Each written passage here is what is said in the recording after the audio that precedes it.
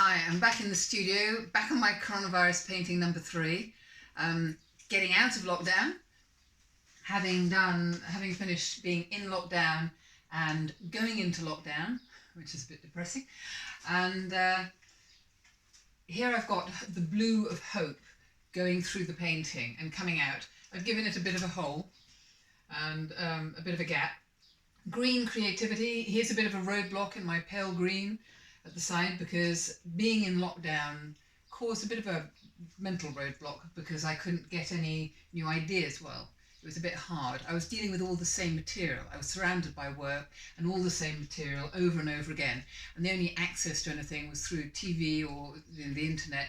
And frankly, that's not kind of stimulus I want for my work. I want it to be out and about and people and places and scenery and happenings, real stuff. Not stuff that's, once removed. So here I have some socially distant visits with friends. And that's the trouble. It is, isn't it? Socially distant is sort of an oxymoron. Social, meaning get together, and distant meaning don't. Anyway, this is Saturday, the 11th today of July. And on the 6th of July, we in Wales were allowed to go beyond our 5-mile limit. Wow, great. Of course, some of us have been doing that for a little bit because the nearest shop is, the nearest big shop is 7 miles or more. And anyway, so we had to work within the restrictions as much as we could. I'm very glad for the extra freedom. I have been enjoying it, although yesterday I went shopping and I was a bit shocked by how many people there were on the street. I've been really quite enjoying the empty streets and the empty roads. We now have real traffic again, and traffic jams, and there are all the roadworks anyway. Here, I'm just doing the blue is hope. So the blue is hope going through the painting, hope and happiness and freedom, sense of freedom. Green creativity, and there's a lot of green coming in now because I have been feeling much more creative because I can get out and sort of take a break. And when I go out, I gain perspective. Whoever thought going for a motorbike ride, stopping at a cafe and having a socially distant cup of tea with a slice of cake could be such a joy? It always was, but it is even more so now. So green creativity, but it's in the black and it's in the brown, which is obligation. We still have obligations. And it's in the black, which is actually, bad, and I'm bad, black is difficulty and sort of, not exactly sorrow, but it can be, depends what it's in context with. And I'm fencing this off here, compartmentalizing this, going into joy. This is me going into a sort of different phase where I hope there's happy, because yellow is very happy, and I am very happy to be coming out of lockdown, or such stringent lockdown, but it is surrounded by black. The huskies are getting frisky down here, or rather Meg is. Earlier she was asleep with her head on a shelf, which looked nicely filed, dog-wise, but she's got all lively now. So the idea of friends, being a little bit smoky, a little bit blurry. It's funny because after the initial, when we first went into lockdown, loads of people phoned, I phoned loads of people, and then somehow we all seem to run out of energy. Life gets in the way even though we're in lockdown. Our world may have got smaller, but somehow a lot of us still managed to fill it. And so just doing it a little blurry there. And a little bit of tinge of blue. Blue and orange have a very interesting effect together. They sort of resound off each other. They make each other sing. I always wonder at sunsets, you get a fabulous orangey pinky sunset in the blue sky, and quite often it clashes, but nobody ever told nature that. So I just want to sort of lighten things up a little bit here, because things are lightening up a bit. Mind you, I was watching the news last night, and Arizona apparently had huge celebrations with loads of people not socially distancing. And now they have a massive spike, and the queues for their testing centres are several miles long. Who knew that could possibly happen? I mean, why would you think that wouldn't happen? A bit like rubbish on beaches. There have been all sorts of things that have come out of us getting back into real life. Rubbish is one. Rubbish, as you probably know if you've heard my other clips, is one of my the things I detest most. Here we are, big anticipation of Friends. Well, this is sort of Friends coming into the future, but actually they need to be blocked out a bit, because they're not that accessible, are they? I mean, we can't have a party, can we? No, otherwise we'll end up like Arizona. So I'll darken some of that down. See, nice sort of tone it down and blur it out a little bit.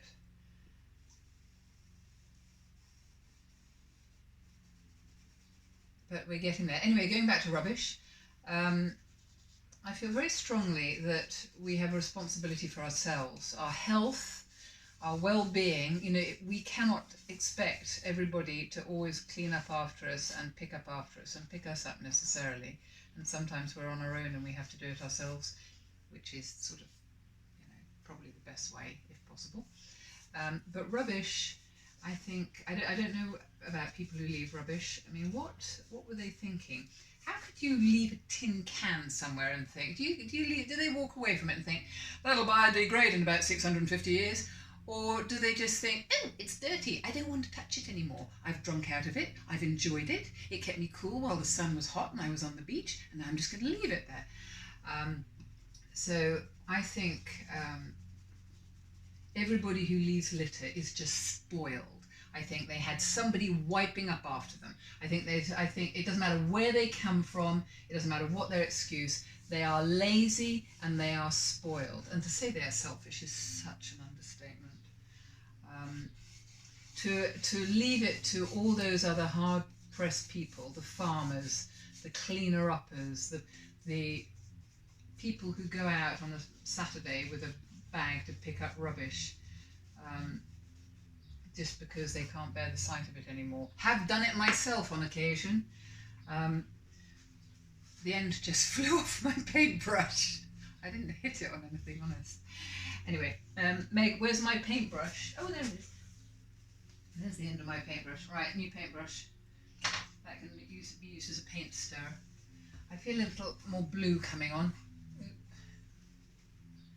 And we've also got a slight problem with tiredness, actually, or I have had, because without stimulus, without things happening, with no way of getting out, which in the middle of lockdown was the worst, exhaustion was a real problem for me, because stress makes me tired.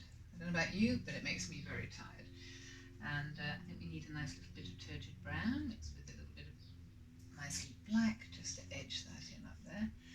But down here we have grey, because grey is exhaustion, and the sort of bedrock of coming out of lockdown is exhaustion. That's from realising that I haven't done all the 125 things that I wanted to do. And I'm trying to do them now, which is exhausting. At the moment, I'm making a little fountain, a little rockery fountain in the garden that I've been meaning to do for ages, with a pile of rocks that's been lying there for 4 years. And I've got to re-cement the sides of my fish pond. Oh, I forgot to water the plants this week. I better go and do that in a minute. See, the trouble is, I'll put this brush down, I'll go inside, and I'll forget about the watering the plants again. So I sort of feel that bit's getting finished. This bit was me crossing out earlier the idea of creativity, because I was not feeling very creative. So in fact, I'm going to make that up here more black because, and work some colour into it, because we're moving out of that, or I'm moving out of that, since this painting's really about me. Black and brown, well, various shades of brown mixed in, because brown is obligation, and I've got some paint skin in there because I want to give it a lumpy texture. I want to give it, I want some of the paint skin to stick. I like using paint skin instead of grit and so on to give a bit of texture. I remember when I was younger somebody saying, you mustn't call it texture, it's surface quality in painting. Surface quality. Well, actually it's also texture, so that's fine with me. It can be surface quality to some. The surface quality of my paintings, around the corner to do this, is I'm painting, what I've been doing here is I've been painting, I don't know if that's coming out, oh look, I've gone off I've gone off camera. I have been painting on the frame on this, so the picture's got bigger and bigger, and what will happen eventually is I will frame the frame, and I'll float it in, I'll do it as a floating, float it in a frame, so it'll have a bit of a gap round so you can see the edges, because I do like that, and it will mean that it'll be very heavy, but there's something reassuring about that. It means you have to drill a hole in the wall instead of nail. But here we are, coming out of lockdown. For some things we need a stool. In fact, for some things we need a bigger stool. Do that when you're not looking.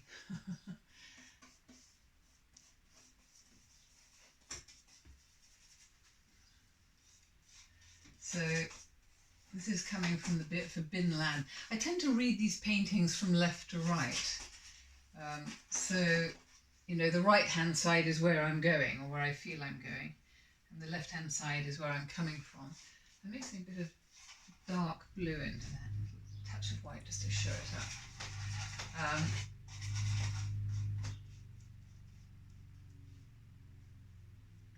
You can probably hear in the background the sound of a lawnmower. One of my neighbours is doing a little gardening. See, it's very traditional here. They wash their cars and mow their lawns at weekends.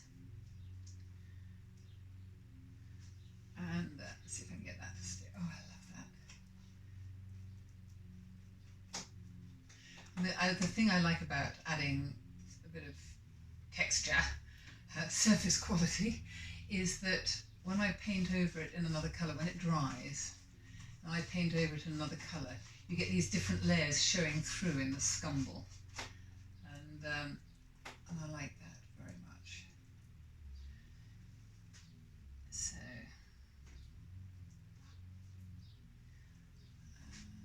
a little bit more hope in there, because there is lightness coming through.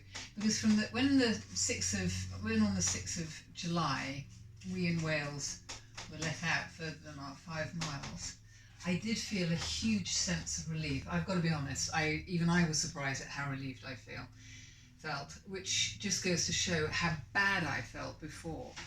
And feeling that bad was not healthy. I felt so repressed and imprisoned, and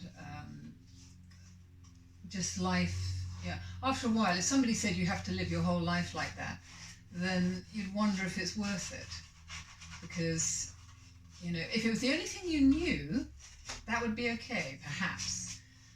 But I'm thinking of all those futuristic books, stories, like where we're watched, not allowed to go anywhere, and have to live within small confines. So I think this way is good, because you get to mix the sort of overlap the colours as you go along, more than one, if you use both hands. I've been painting with both hands ever since I tore a muscle in my shoulder a few years ago, and I find it is really helpful.